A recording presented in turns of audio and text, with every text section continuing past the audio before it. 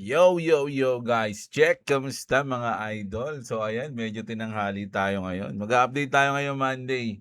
Mga idol, medyo naging busy lang tayo mga lods, no? Pero malupit ang mga update natin ngayon, mga idol. Pero sana bago ang lahat, syempre alam niyo na like, subscribe, comment, click the notification bell. Napakalaking tulong na po niyan sa ating lalo na sa aming mga content creators. Okay, maraming salamat agad sa mga magla-like at magsusubscribe. Bulol-bulol pa. So ayan, mag-update tayo ngayon mga lods. No? Unahin na muna natin yung update sa chart. Grabe, ang galing ko. Sakto yung guhit natin, kaya lang hindi natin nabantayan.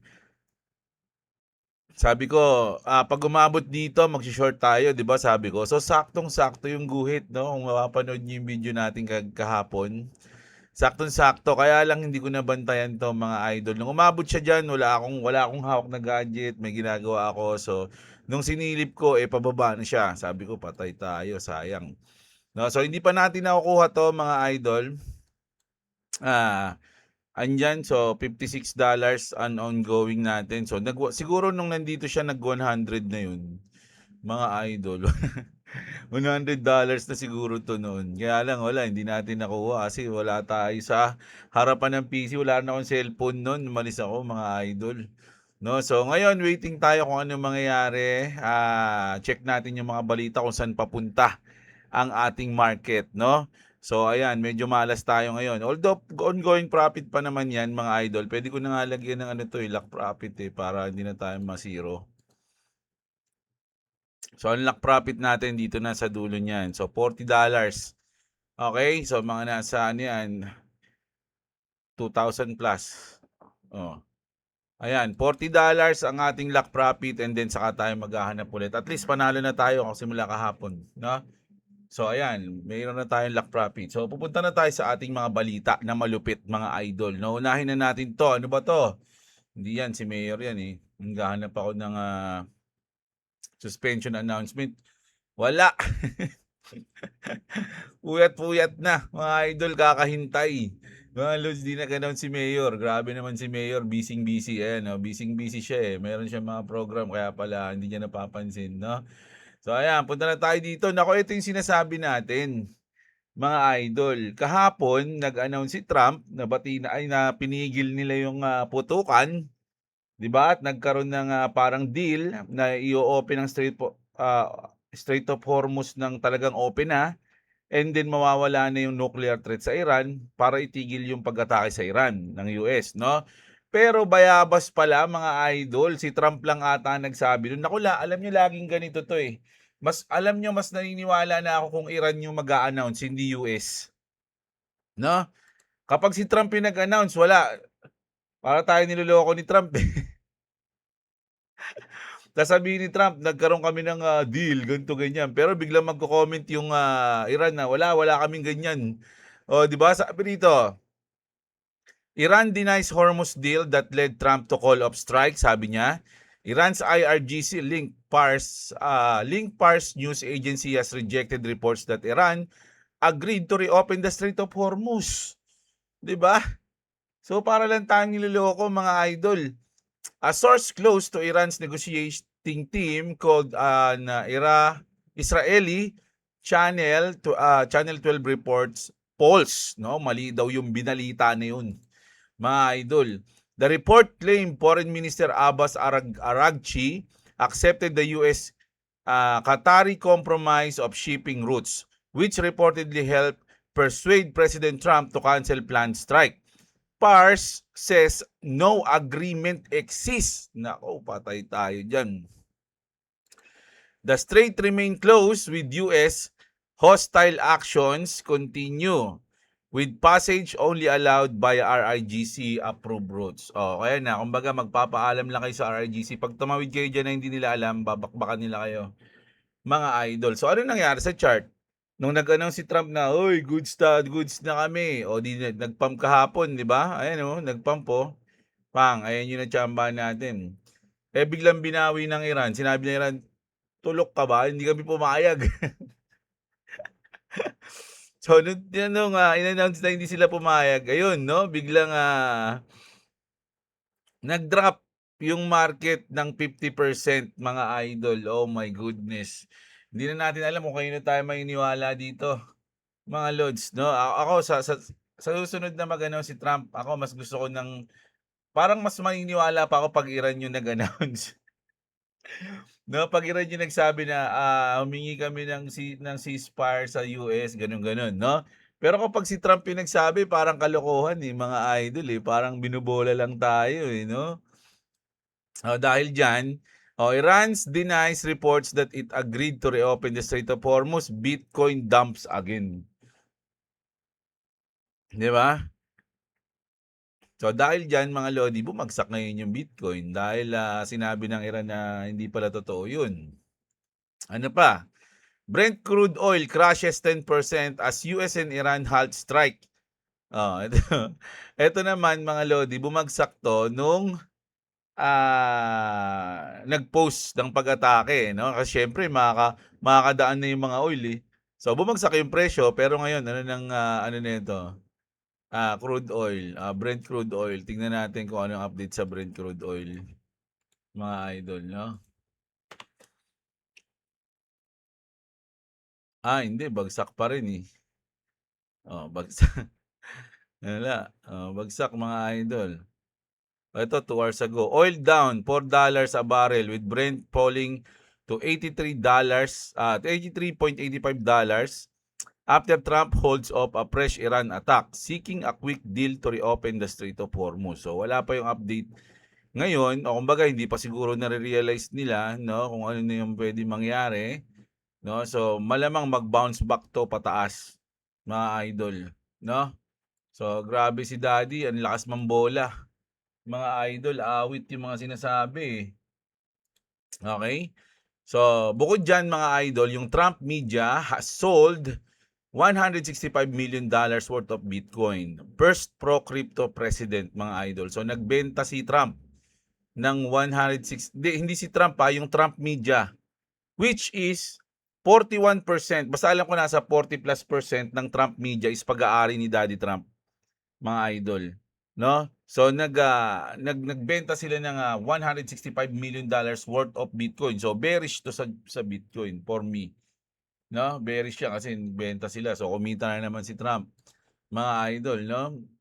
Grabe yung sistema. Ano ba yung mga key events na pwede mangyari ngayong week na to, mga lods? Kasi open na tayo ngayon, Monday, no? Key events this week. Markets open the week focus on the US de-escalation after President Trump halted planned strike in favor of a potential deal. Ito medyo bayabas na to, mga idol, no? Hindi pa natin alam kung totoong mag-uusap, mga idol, no? The Clarity Act faces its final legislative window before Congress heads into the August recess. So dito naman mga idol, ang comment natin dito, wala siya ngayong Monday, no? Pero sabi, anytime pwede magkaroon ng botohan. Anytime. Pero ngayong Monday, wala. Anytime, tapos ngayong Monday, wala no? Pero sabi nila kasi walang nakaschedule ngayong Monday, pero pwede Tuesday hanggang Friday, mga lodi, no? Pero malaki yung percent na baka mga Wednesday, Thursday na to. Sa kanila, mga idol, ganun yung sinasabi. Pero at least, magkakaroon tayo ng botohan bago mag-August recess. Ayun na lang yung pinaka-last chance natin. Once na hindi sumakto yung boto, bigo, malamang mga idol, hindi ko alam kung ano mangyayari. Kung makaka-hold yung market o lalaglag, mga idol. Ayun yung pinaka maano doon eh. Kasi pwedeng by the rumor sell the news yung mangyari dito eh. Pwedeng hindi maaprobahan yung Clarity Act, syempre biglang yun. Magiging negative yun sa market. Pero dahil nga laging kabaliktaran ang ginagawa ni market maker, baka bigla niyang paliparin yung market kahit na hindi na aprobahan yung Clarity Act. So maraming mababurn, masusunog, mga idol. Hindi natin sure mga lods pwedeng ganun. Pwede rin naman talagang dumiretso pababa, no? Magano na lang tayo. Hindi natin alam. Ako mga lods actually sa tagal ko sa market, pwede kasing mangyari yun eh. Sa tingin ko lang na kahit na hindi maaprobahan, negative news yun, pero biglang lilipad yung market para masunog, maliquidate lahat ng mga nag-short na nag-expect na babagsak dahil hindi naaprobahan ng Clarity Act. 'di ba? Ayan, approximately 20 to 25% of S&P 500 companies report earnings this week, no? Monday. Ngayong Monday, July ISM, manufacturing PMI, mga loads, meron pala. Tingnan nga natin. Alright. Ayun nga, Monday, no? Ito, manufacturing PMI. Naku, medyo, ay hindi. Friday na. Ito kasi mga orange, medyo important lang. Pero ang pinaka-importante talaga yun yung makakaapekto sa atin is yung red. No, nilagay ko lang talaga yung orange eh. Pero, ayan, meron yung nabanggit lang yung manufacturing PMI kasi ayan talaga importante. Mga Lodi, no? So, ayan, ano pa? Palantir earnings, magre-report sila. Tuesday naman, August 4, June JOLTS job openings. O, ayan na. SpaceX reports earning for the first time in company history. Ano pa? AMD earnings. Hot 8 o yung hot Bitcoin miner earnings. So maraming report na mangyayari tungkol dyan sa mga company na yan. O sa mga ano na yan. Wednesday, August 5, July ADP Norfarm employment change. Circle earnings. SanDisk, Disney, and Uber earnings. Ayan, magre-report sila. Friday na. July jobs report, quantum computing companies including D-Wave and LongQ report earnings. This week is one of the most important of the quarter, mga idol. So isa daw tong week na to sa mga importante, so abang-abang tayo. Okay, kung ano yung mangyayari dito. At eto, update tayo dun sa may cold card na nangyaring hack, mga idol. Nako, medyo matindi pa pala to, mga idol, no? Sabi rito, alert! Galaxy Alex Storm says a likely fourth wave of attacks targeting cold card wallets is underway. Nako, meron pang mga susunod na wave, mga idol, na pag-atake sa cold card, okay? With 218 transaction and approximately 389 BTC reportedly swept, he is urging all affected users to move their funds immediately if they believe they may be at risk, no? So yung mga may hawak diyan sa cold card, ilipat na nila yung kanilang asset bago pa sila ma-compromise. Okay, ayun yung sinasabi dito. At ito medyo may sense yung sinabi dito ni Eric Balchunas, mga idol. Sinabi niya kasi dito na this is where Coinbase and Ledger make more sense and worth the high transaction fees. But of course, with an ETF, you get both, no? The safety of a massive not effing around professional regulated co as well dirt cheap fees. Kasi ang mga nangyayari, mga idol, halimbawa, ito, halimbawa ko na lang yung sa akin. Sa Trezor 5, mga idol, kapag magta-transact ka doon, medyo malaki yung fees. Sa totoo lang, ay umabot ata ng 200 pesos plus. Mga ganun, no? Every transaction mo, 200 pesos ka. So, kung nakalimang transaction ka, di may 1,000 na agad bawas sa'yo. Pero 200 plus yun eh. Mga idol eh. Di ba? So, medyo malaki yung fees pagdating sa mga sa mga secure. Secure talaga, ma-secure. Kasi dito sa cold card, mga Lodi, dirt cheap lang yung fees dyan. Kumbaga, hindi siya ganun kalaki. So, ayun yung ka-importante yan. Minsan magtatanong ka, bakit itong, ang liit ng transaction fee, tas yung isa ang laki? Kasi sa security, mga lods, no? Mas matindi, mas protektado ka kapag medyo malaki yung fees. Parang ganun. Kaysa sa mga maliliit na fees na medyo naman, nako, delicates tayo. Parang ganun, no? Kasi syempre, kaya sila malaki fees kasi siguro binabayad na sa security nila o something. Ganun, no? Ayun yung sinabi dito ni Eric, no? Na may sense talaga. Dito nagkakaroon ng sense na medyo mahal yun sa kanila kasi nga mas protektado ka dun. No, parang ganun yung pagkakaintindi ko dito. Okay? At eto, hiningan ko ng opinion dito si ChatGPT, mga idol. No, sabi dito, ang US Treasury bonds ay parang utang ng gobyerno ng Estados Unidos kapag bumili ng isang bansa. Kapag bumili ng isang bansa tulad ng Japan o China ng treasury bonds. Ibig sabihin, pinapautang nila ang US government kapalit ng interes. Okay? Ayon sa post, ang Japan ay nagbawas ng $96 million na hawak nitong US Treasury sa loob ng 3 buwan.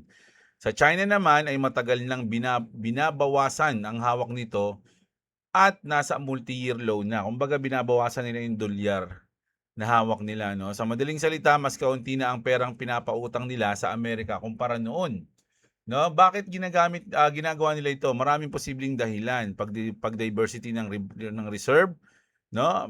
Kasi lalo na yung China, na nga nila yung dollar, ano nila nun, 'no. Kumbaga mas gusto nilang bumili na lang ng gold. 'Di ba nabalitaan natin na ang daming biniling gold ng China nung nakaraan, 'di ba? Ayaw nilang nakaasa lang sa US dollar. Bumibili sila ng ibang asset tulad ng gold, ayun pala, oh. Tulad ng gold, ibang foreign currencies, domestic investment, 'di ba? Mas mataas na pangangailangan sa sariling bansa. Halimbawa, kailangan suportahan ng sariling ekonomiya o palakasin ang kanilang currency. Sana all naisip kaya ng Pilipinas 'to, mga idol, 'no? Geopolitical tension, lalo na sa China, mas tension sa US tungkol sa trade, technology at Taiwan. Mas gusto nilang bawasan ang pagdepende sa US kasi US talaga pa rin, pero ngayon talagang gusto na nilang iwan yun, yung ganun. Anong ibig sabihin ng tanong na who will finance America's growth debt next? Ang ibig sabihin nito ay kung hindi na ganong bumibili ang Japan at China ng US debt, sino ang bibili ng bagong utang ng Amerika? Posibleng bumili ang mga American investors, US banks, pension funds, insurance companies, Federal Reserve, iba pang foreign countries. Hindi ibig sabihin na walang bibili. Ang tanong ay kung sapat ba ang demand habang patuloy na lumalaki ang utang ng ng USA, okay? Totoo bang sinabi sa post? Bahagi ng totoo. Totoo na nagbawas ang Japan ng treasury holdings. Ang China ay nasa mababang antas ng treasury holdings kumpara sa nakaraan. Ano naman yung mga hindi totoo sa post na to, no?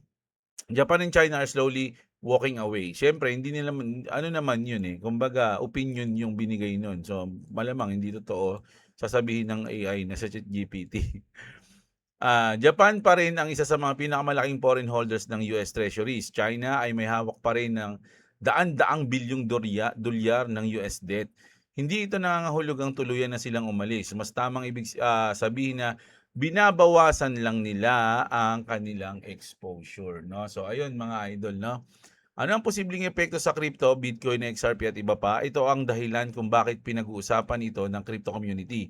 Kapag lumalaki ang utang ng US at tumataas pag-alala sa dolyar, may mga investor na lumilipat saan? Sa Bitcoin, sa gold at iba pang digital asset. Gayunpaman, hindi automatikong tataas ang presyo ng crypto dahil dito. Marami pang ibang salik ang nakakaapekto sa crypto market tulad ng interest rate, regulations, liquidity at pangkalahatang risk appetite ng investor, no? So ayun, mga idol, no, kasi ngayon medyo yung China and US medyo nagtutulungan talaga sila ngayon. Ay, China tuloy, Japan, no? Yung Japan and US ngayon, mga idol, medyo ayun, no. Japan's been very good to us with the exceptions, of course, of Pearl Harbor. Yan, joke na naman yan si Daddy. We're always there for Japan. Oh, ayan. Medyo ano sila ngayon eh. Medyo nagkakaroon sila ng matinding may mga balak sila ngayon actually. Wow, President Trump just dropped oil is flowing to Japan and recently surged hundreds of thousands of gallons to the region, no? Iran causing chaos in the Strait of Hormuz was a severe miscalculation. Japan buying more US oil is incredible. So bumibili ngayon ng oil ang Japan sa USA, na. Hmm. Alam niyo meron pa akong isang ano eh. Ito, basahin ko ulit saglit ah. Japan vows to intervene against US over yen if needed. Japan Ministry has confirmed a historic joint action with the US to support the struggling currency and step into a foreign exchange market to counter this. Kasi medyo ano ngayon yung Japan eh. Mga nakita nyo, di ba, bumababa ngayon sila, mga idol. Pero meron pa akong isang parang ano ng news to sa ano eh. Parang pinupush kasi nila ngayon, mga idol, na talagang tibagin na yung ICC. Pinupush ng US. At mga lodi, nanghingi pa nga ng tulong yung ICC sa Japan eh. Mga lods. No?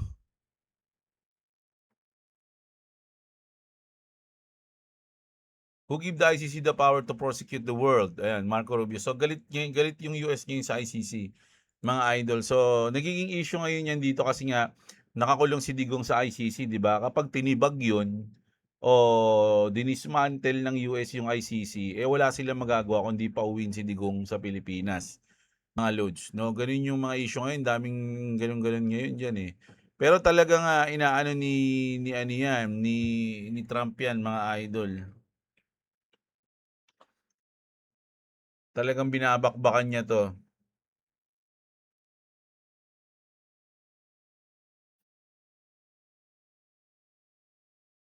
Basta 'yun, mga lods. Nawala, dapat pala tinabi ko yung news na 'yun, nakalimutan kong itabi. O eto na muna tayo, just in. The Bank of Italy tested 200 stablecoin remittances across 10 corridors and found they beat the global average cost in most of them. No, the bottleneck was not blockchain fees, it was fiat conversions and local payment trails. Ayun talaga yun, mga idol. Kasi sige, basta tapusin ko na. The study says stablecoin advantage would be substantially higher, no? If they could spend directly without converting back to fiat. Kumbaga, ganito. Actually, ako ngayon, mga lodi, pumupunta kami ngayon ng 'pag umalis kami, wala na akong dalang cash. Sa totoo lang, napakaganda, ang bilis lang ngayon. Mas nakakaano pa, mas advantage pa talaga na hindi mo na iwi-withdraw, no, yung pera, mga idol. Kumbaga, rekta mo na siyang gagamitin through card or through code o tawag dito, QR, ganun, ganun. 'Di ba? Pag pupunta kami ng SM ngayon, card na lang yung gamit namin, yung Maribank ko yung gamit ko. Kasi once na dito kasi sa Bitget, mga idol, kapag nag-ano ako, P2P ako, ang dalawa yung nakalagay diyan 'pag nagbebenta ako. It's either GCash or sa Maribank ko. Tapos ang ginagawa ko, pagka sa GCash yung natanggap, kunyari wala siyang Maribank, dinadala ko na agad sa Maribank, hindi sa GCash, eh. Mas mabilis kasi sa akin sa Maribank, mga idol, eh. Sa totoo lang, So, napakaano na, less hassle.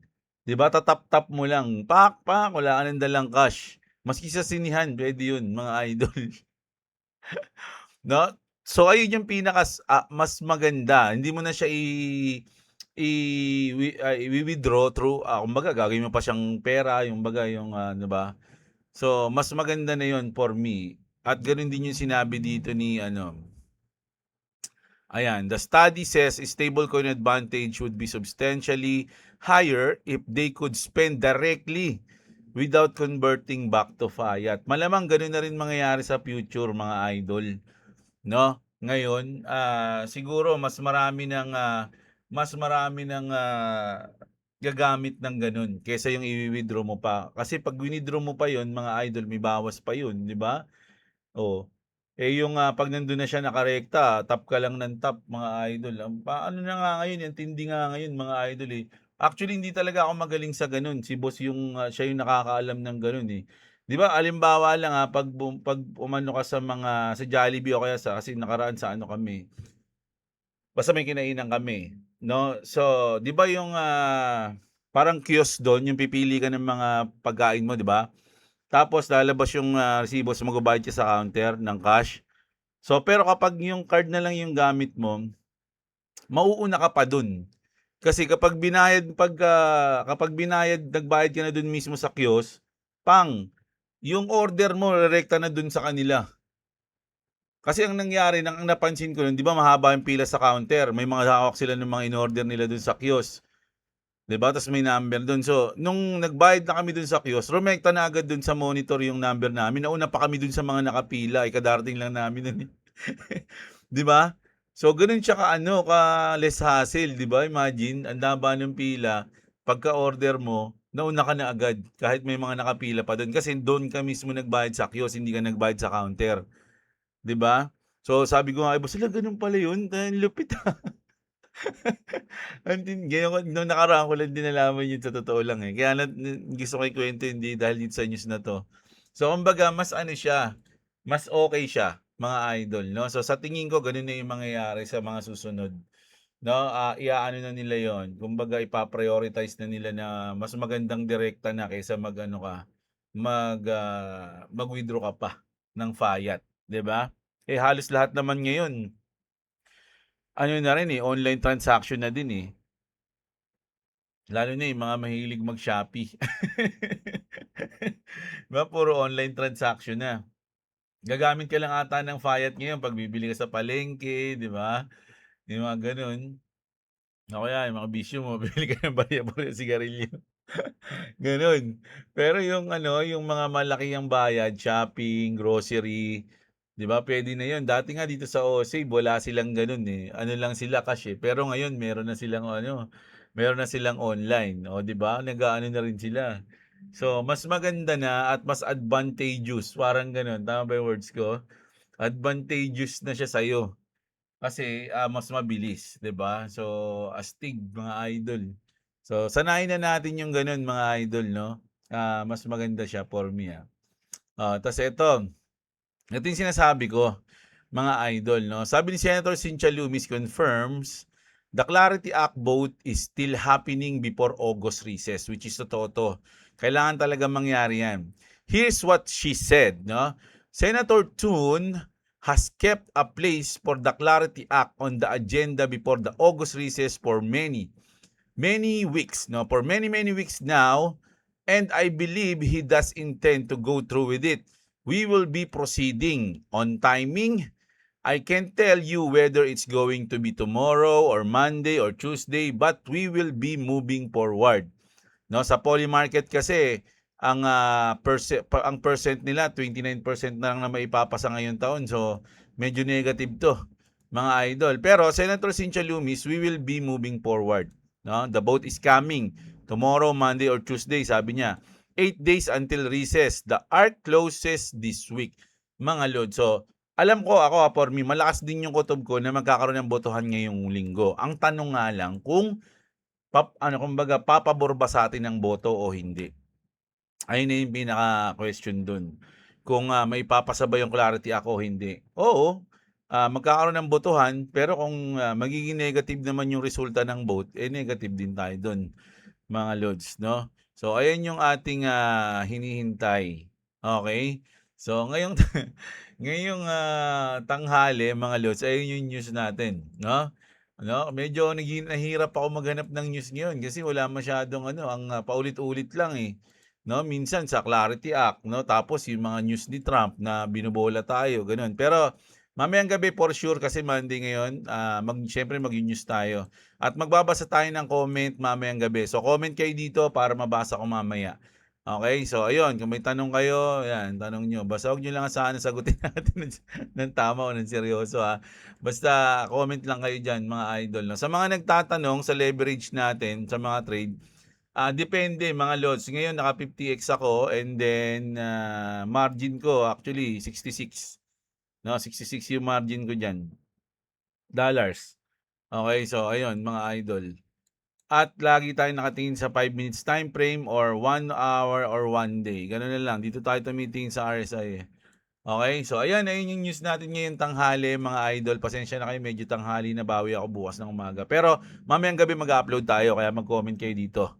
No, babasahin natin mamaya. So, kita-kits tayo mga idol. Maraming salamat sa mga nanood. Magandang araw sa inyo mga kapatid. At what's up mga idol?